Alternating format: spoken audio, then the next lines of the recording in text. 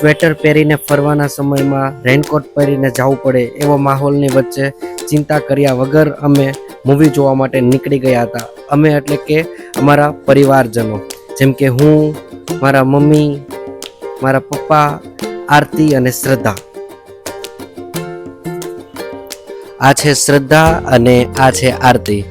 બધા બહુ જ એક્સાઇટેડ હતા કેમ કે આ મૂવીના બહુ જ અમે વખાણ સાંભળેલા હતા, એટલે મૂવી જોવા માટે આવી ગયા હતા.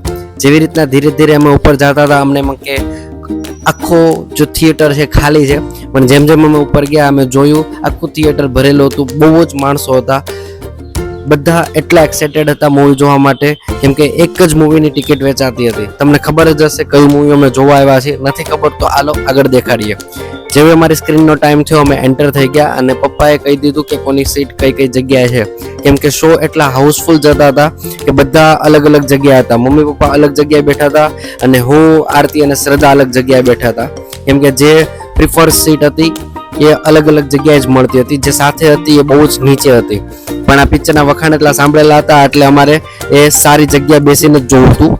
ધીરે ધીરે મૂવી શરૂ થયું, બહુ જ સીધી રીતે સરળતાથી મૂવી આગળ વધ્યું. જેમ જેમ મૂવી વેગ પકડ્યું એમ શું ઓબ્સેસ થઈ ગયો છું આ મૂવીથી, કેમ કે આની અંદર જેટલા વખાણ કરીએ એટલા ઓછા છે.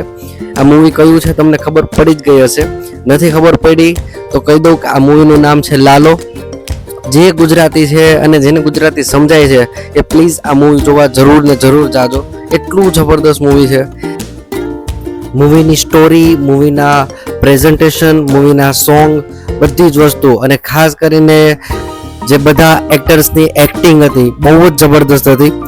જ્યારે મૂવી પૂરું થાય પછી એક બહુ જ મસ્ત દ્વારિકાનો નાચ સોંગ છે. આ સોંગ પૂરું કર્યા વગર ઊભા થતા નહીં, કેમ કે આ સોંગના વાઇબ અને આ સોંગની જે મ્યુઝિક છે એટલું મસ્ત છે, એટલું મસ્ત કોમ્બિનેશન છે અને તમને જે મજા આવશે સીટ ઉપરથી ઊભા થઈને તમને એમ થશે કે હું નાચવા લાગુ, પણ થોડી ઈચ્છા મની થઈ, પછી કીધું રેવા દઈએ, નહીં સારા લાગીએ.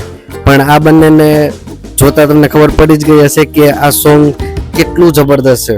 સોંગ નહીં, આખું મૂવી જ બહુ જબરદસ્ત છે. જેણે નથી જોયું પ્લીઝ હું રેકમેન્ડ કરીશ કે એકવાર જોવા જજો જ.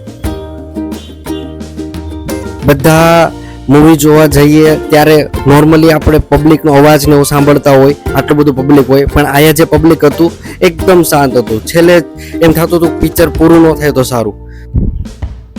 તમે અહીંયા સુધી વિડીયો જોયો છે મતલબ અત્યારે તમે જ મારા કૃષ્ણ છો. તો જેને આ મૂવી જોયું છે અને દિલથી ગમ્યું છે એ કમેન્ટમાં લખી દેજો. શ્રી કૃષ્ણ સદા સહાય તે. મળીએ નેક્સ્ટ વિડીયોમાં. ત્યાં સુધી